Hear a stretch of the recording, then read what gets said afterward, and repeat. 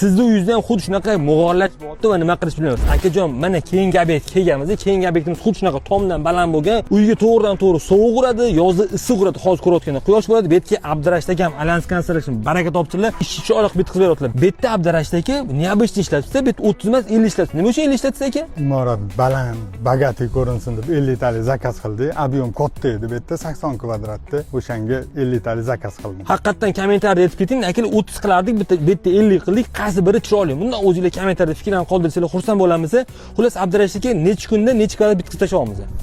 Xudo xolasa 2 kunda 80 kvadratda yopishtirib, ustidan bo'yab chiroyli qilib beramiz. Eng asosiysi ichkari remontga ta'sir qilmaydimi? Ta'sir qilmaydi, ichkari remont zo'r.